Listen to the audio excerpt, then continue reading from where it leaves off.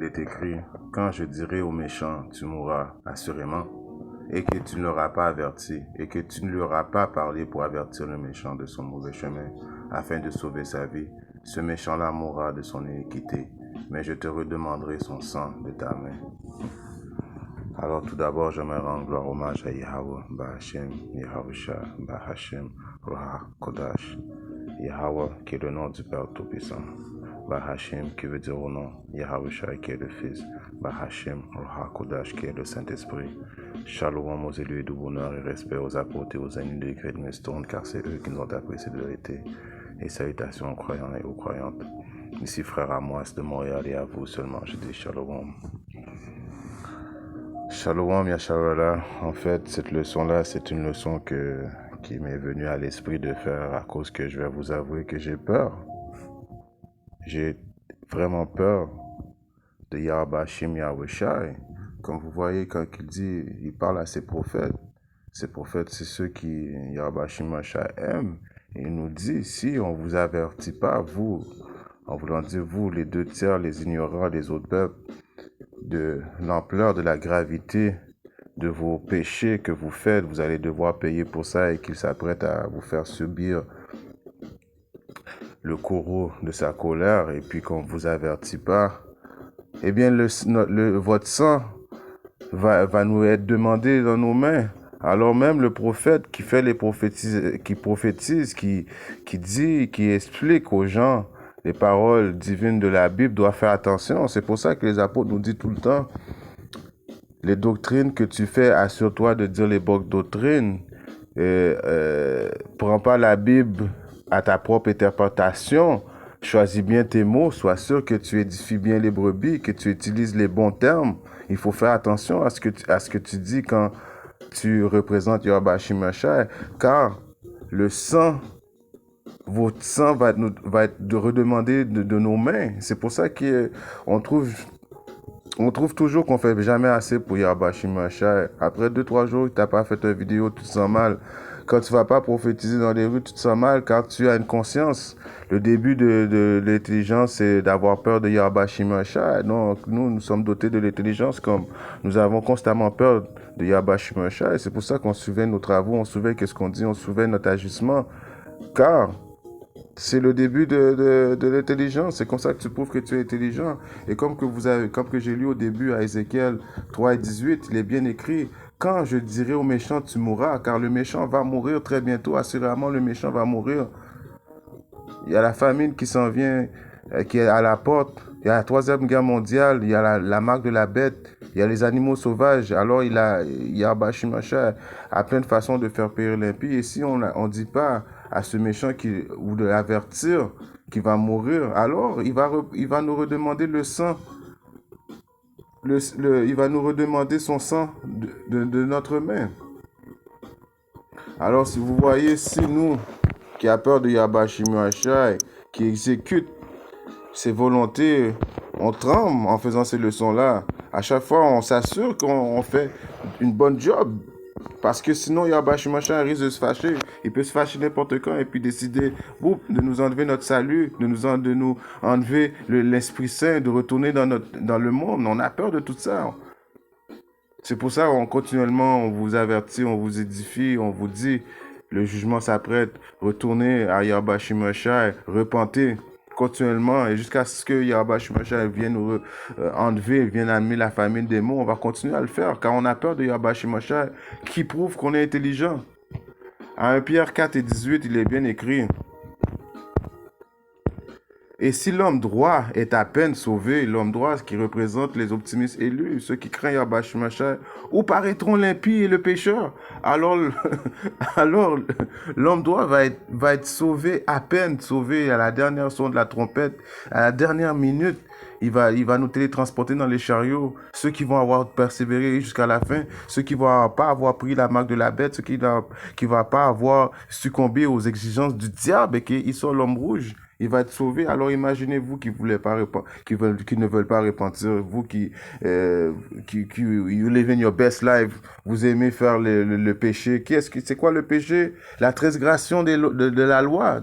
Ça veut dire que vous faites exprès consciemment de ne pas respecter les statuts, les lois, les commandements de Yahweh Shimashai, qu'est-ce qui va arriver de vous?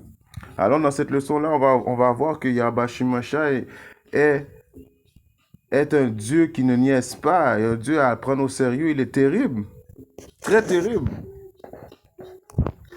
Si on regarde un précepte qui est dans, je vais zoomer pour voir mieux, à Isaïe, right? C'est ok. Isaïe 45 et 7. Je forme la lumière et je crée l'obscurité. Alors ni la lumière ou l'obscurité, les bienfaits et les malfaits viennent de Yahweh Shimashai. Je fais la paix et crée le mal. Moi, le Seigneur, fait toutes ces choses. Alors nous savons qu'il y a une période dans toutes choses. Il y a le temps de guetter, il y a le temps Mais présentement, on est dans le temps où ce que Yahweh Shimashai vient amener la noirceur, l'obscurité sur le monde. Alors nous, les optimistes élus qui vous avertissez pas de l'ampleur, de la gravité de vos indignations, alors Yahweh Shimashai va nous demander votre sang de nos mains et puis on n'est pas intéressé de payer pour les impies. Car nous autres, on fait notre possible pour respecter les lois et statuts et les commandements de notre meilleure habilité. Alors, pourquoi feriez-vous pas la même chose? On va voir aujourd'hui l'ampleur de comment que Yahweh Shimashai est terrible. Si je commence à un psaume qui est à psaume 7 right, et 11, il est bien écrit. Dieu, Yahweh Shimashai, juge les hommes droits. Et Dieu, Yahweh Shimashai, est en colère contre les hommes immoraux chaque jour.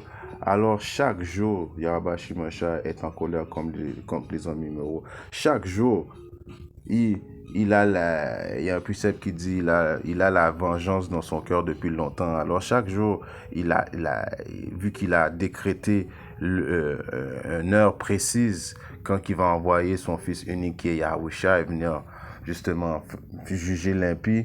Mais en attendant que ce jour-là arrive, à chaque jour, il est furieux contre l'impie. L'impie, commençons par les 2 tiers de notre maison, car c'est les 2 tiers de notre maison qui va être jugé en premier.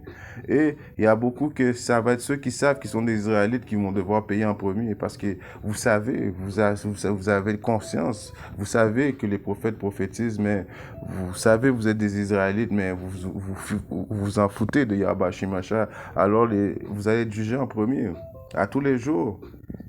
Il est fâché contre les hommes immoraux chaque jour. Si on regarde à Hébreu,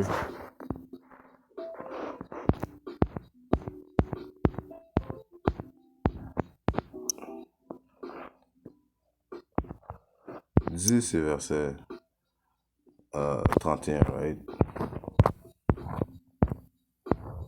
C'est une chose effroyable que de tomber entre les mains du Dieu vivant, Yahweh Shimashai. C'est une chose effroyable. Et si on va voir la définition d'effroyable qui se trouve, je l'avais sorti, c'est laquelle? Effroyable, qui cause de l'effroi, horrible, repoussant, un spectacle effroyable, considérant extrême ou excessif, misère effroyable. Alors c'est horrible. Alors si on retourne dans le précepte, c'est une chose horrible que de tomber entre les mains de Dieu vivant. Car si tu tombes dans les mains du Dieu vivant, qui va pouvoir te sauver entre les mains de Yahweh Shimashai? Si tu tombes entre les mains de Yahweh Shimashai, personne ne va pouvoir rien faire pour toi. La possibilité de rentrer dans les bonnes grâces de Yahweh Shimashai, c'est présentement pendant que les prophètes sont là en train de prophétiser, qui sont là en train de longer la main. C'est une extension de la main de Yahweh Shimashai qu'on fait là pour vous présentement. Et on le fait en nous autres aussi en tremblant, avec crainte, de peur. Qu'on dise quelque chose de mauvais, qu'on dise d'une mauvaise, qu'on s'échappe, on dit que non, il faut toujours, lui, Yahweh Shimashai aime la perfection. Donc quand tu prophétises les mots de Yahweh Shimashai, il faut que tu le fais le mieux que de ton habilité, en toute honnêteté ou sincèrement, car même avec nous, les optimistes élus, vous l'avez élu, si on ne fait pas une bonne job, il va reprendre le sang entre nos mains, car il est un Dieu redoutable. Alors, la doctrine des soi-disant dit waki-waki chrétiens qui disent que, premièrement, ils disent que Yahweh Shimashai, son nom c'est Jésus-Christ, mais on sait très bien que le Sauveur, le Seigneur, le Roi des Rois, le seul Fils unique de Yahweh, c'est Yahushai, Hamashiach. Et quand il va venir transpercer le ciel, on verra pas un blanc, un lépreux avec les cheveux châtains, les yeux bleus. On va voir un homme, soi-disant dit noir, cheveux noirs, cela qui a cheveux blancs, très fâché. Alors c'est une chose redoutable d'être... c'est une chose effroyable de tomber entre les mains du Dieu vivant, ce qui veut dire redoutable, qui veut dire très épeurant. Comme que je vous dis, si tu tombes dans les mains de Yahweh Shimashai, il n'y a pas personne qui va pouvoir te délivrer. La délivrance, c'est présentement, la porte est ouverte présentement. Il faut le plus possible adhérer aux paroles prophétiques des prophètes et repentir le plus vite que possible. Car le jugement est à la porte, ça fera pas grand pas. On le voit, les plantations de la marque de la bête qu'ils sont en train de faire. On voit tout, la troisième guerre mondiale qui brûle. On sait que l'implantation de la marque de la bête va être faite avant la troisième guerre mondiale. Et pendant ce temps-là, que Yahweh Shimashai va venir transpercer le ciel, venir juger les impies, venir délivrer justement ceux qui le craignent. En même temps, ceux qui le craignent, ça prouve que c'est ceux qui l'aiment. Un autre précepte qu'on va aller voir, c'est encore une fois dans Isaïe.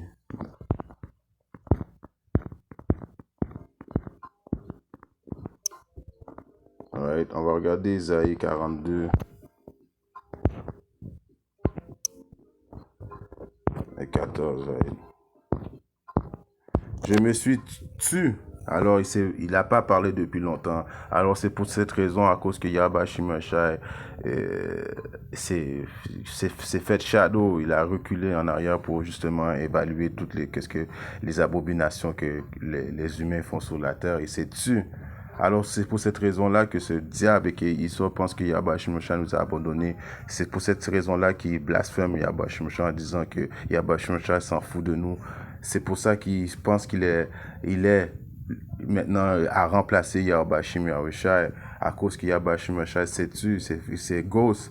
Je me suis tenu tranquille et je me suis retenu. Alors il se retient. Mais la journée de sa vengeance est dans son cœur everyday. Maintenant, je crierai comme une femme en travail, je détruirai et j'engloutirai tout ensemble. Alors, nous savons que quand les femmes sont en train d'accoucher, c'est un mal qui fait très mal. Alors, Yahweh Shimashai, le fils, là, quand il va transpercer le ciel, il va venir, il va imaginer, il va crier. Ah! Il va vouloir détruire les pays. Terriblement, il n'y a pas personne qui va pouvoir l'arrêter.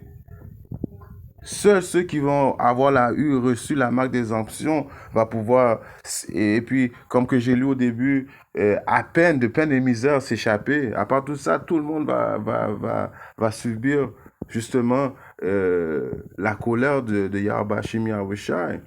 Quand il va envoyer Yahushai, Yahushai va être vraiment très très très très fâché dans ces temps-là. Comme une femme en travail, je détruirai et j'engloutirai tout ensemble. Alors beaucoup de sang, redoutable. J'ai un précepte que j'aimerais aller voir, aller chercher qui est dans ma Bible. C'est laquelle, donnez-moi une seconde ou deux. Qui est très très très important.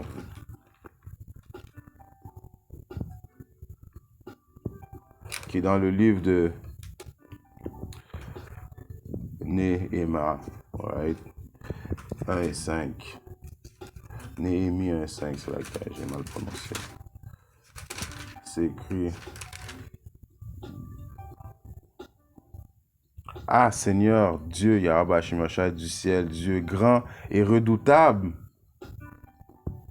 Encore une fois, c'est pour vous dire, il est redoutable. C'est pas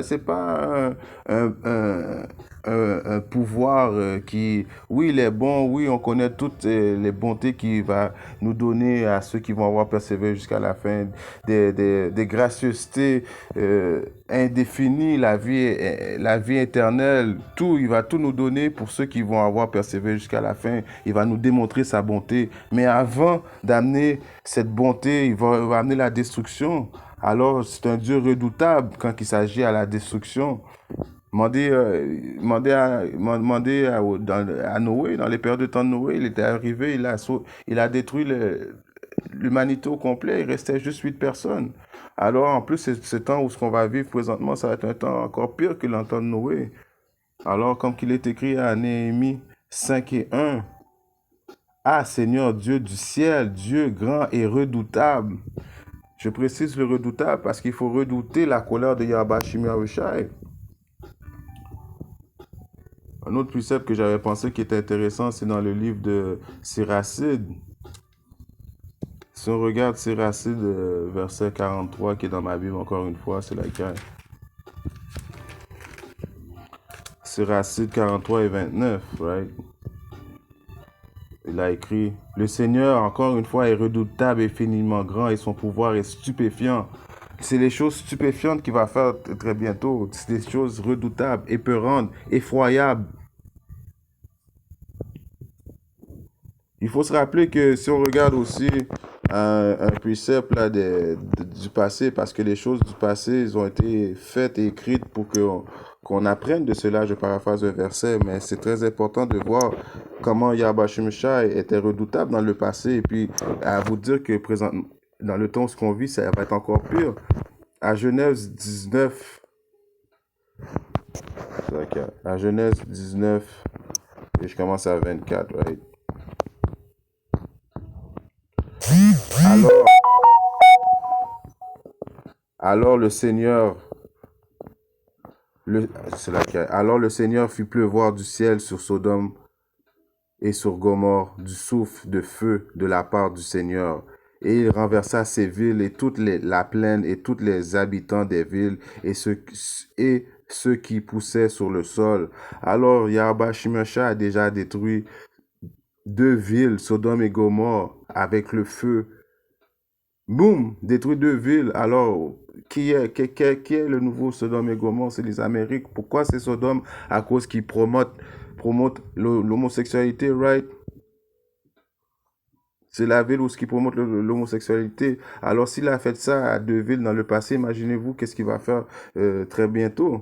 Si on regarde encore de plus simple, à voir comment que notre Seigneur et Sauveur est redoutable. Yahweh, Bashim Yahweh est redoutable. On peut regarder à 2 Rois,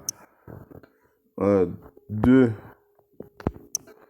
et 23 et 24.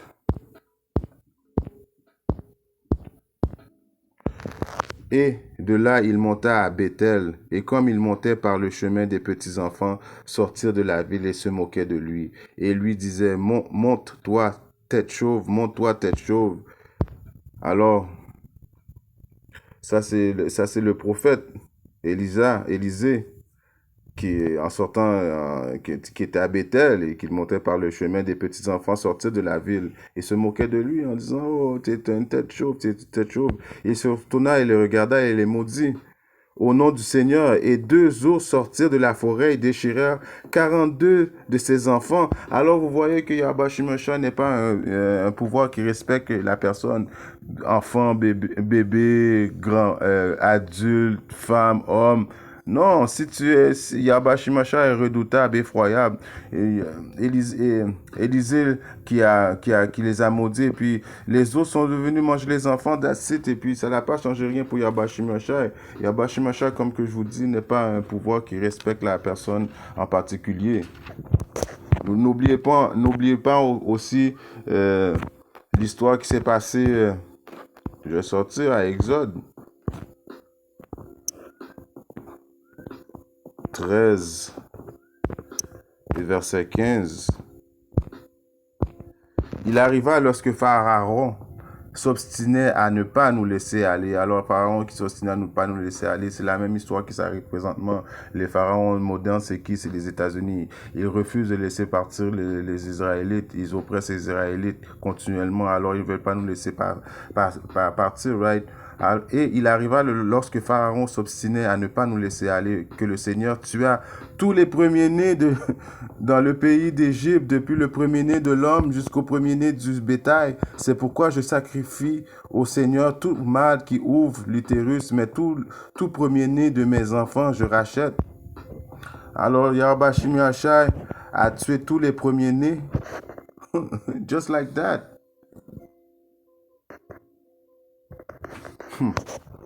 Alors lui, comme premier-né, bébé, enfant, là, qui n'ont même pas eu le temps, dead. Alors encore une fois, c'est pour me remarquer comment que Yahweh Shemashah est redoutable face à l'impie, face aux pécheurs. Si on regarde encore d'autres exemples, il y a plein d'exemples de pas niaiser avec Yahweh Shemashah. Pourquoi vous pensez que nous, on essaie le mieux de notre habilité de faire des leçons? On essaie de mieux, on fait on va dans les highways and edges à cause qu'on a peur. On a peur de Yahweh Shemashah. Malgré qu'on sait qu'il est bon, mais on sait aussi qu'il est redoutable, qu'il niaise pas. 2 Samuel 15, 24 et 15. Ainsi le Seigneur envoya la peste en Israël depuis le matin jusqu'au temps assigné. Il mourut dans le peuple depuis Dan jusqu'à Beersheba 70 000 hommes. Et quand l'ange étendit sa main sur Jérusalem pour le détruire, le Seigneur se repentit de ce mal et dit à l'ange qui se détruisait le peuple, c'est assez, retire maintenant ta main. Et l'ange du Seigneur était prêt dans l'air Arabunia, le Jébusien. Alors, il y avait un ange qui tue, un ange qui est venu, qui a tué 70 000 hommes. Et après, encore une fois, c'est pour vous démontrer que même, tu vois, dans ce précepte-là, il faut prendre note encore. La grâce de Yahweh Shemashah, il aurait pu dire, yo, continue, massacre, kill them all, continue. Non, il y a eu encore, il a fait preuve encore de, il s'est repenti, il a dit, ok, il a dit à l'ange d'arrêter, mais c'est juste quand même pour vous démontrer comment il est redoutable. Il est redoutable. Il respecte pas une personne. Si on regarde encore un précepte qui est dans Psaume 78 et 49, right?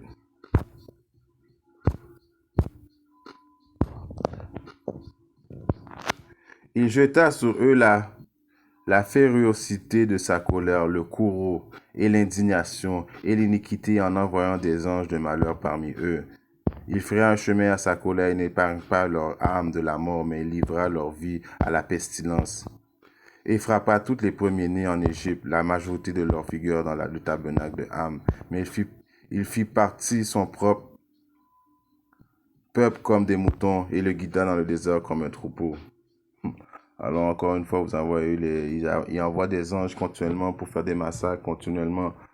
Alors c'est la même chose qu'il va avoir. Il y a plein d'anges qui sont prêts, dispo à faire des massacres très bientôt, qui sont là, qui ont été créés pour ça. Éventuellement, ils disent pas qu'il y a des esprits qui sont créés exprès pour, je paraphrase un verset dans Siracide, il y a des esprits qui sont créés exprès pour amener la destruction et ça l'apaise la colère de Yahweh Shemashah car il est si terrible que ça. Et n'oublions pas un dernier précepte pour vous rappeler que Yahweh Shemashah ne joue pas.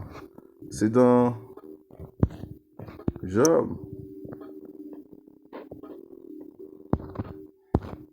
Il avait... Et le Seigneur dit à Satan, d'où viens-tu? Alors Satan répondit au Seigneur et dit de courir ça et là sur la terre et de m'y promener le long et en large. Et le Seigneur dit à Satan, as-tu considéré mon serviteur Job qui n'a pas d'égal sur la terre, un homme parfait et droit qui craint Yahweh Shemashah et qui renonce au mal? Alors Satan répondit au Seigneur et dit, est-ce pour rien que Job craint Yahweh? N'as-tu pas fait une haie tout autour de lui, autour de sa maison, autour de tout ce qui lui appartient? Tu as béni l'œuvre de ses mains et ses biens se sont accrus dans le pays. Mais étends ta main maintenant et touche tout ce qui lui appartient et te maudira ta figure. Et le Seigneur dit à Satan, voici tout ce qui lui appartient et en ton pouvoir, seulement ne porte pas ta main sur lui. Et Satan sortit de la présence du Seigneur, Yahweh Shemashah. Alors, Yahweh Shemashah a envoyé Satan tester Job. Et puis, nous savons toutes les péripéties qui est arrivé à Job. Il n'y a pas un homme dans l'histoire qui a passé plus de péripéties que Job. C'était la décision de Yahweh Shemashah. En fait, Job à bénéficier parce que Yahweh Shai, il punit ceux qu'il aime pour éventuellement faire quoi? Dans son programme, c'est un programme que tu vas passer par des tribulations et puis éventuellement tu vas devenir un être parfait. Il- bon, ok.